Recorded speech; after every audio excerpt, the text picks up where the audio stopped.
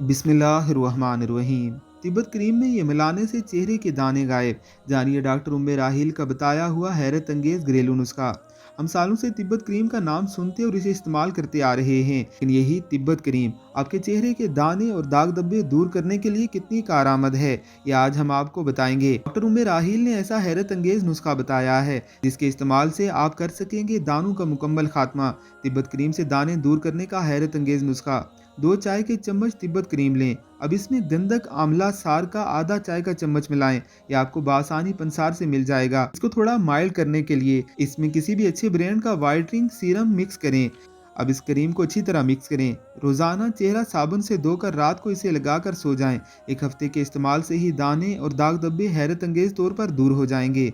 मजीद अच्छी वीडियोस के लिए आपने हमारे चैनल को ज़रूर सब्सक्राइब करना है और बेल आइकन पर क्लिक करना है ताकि हमारी वीडियोस आपको बर वक्त मिलती रहें।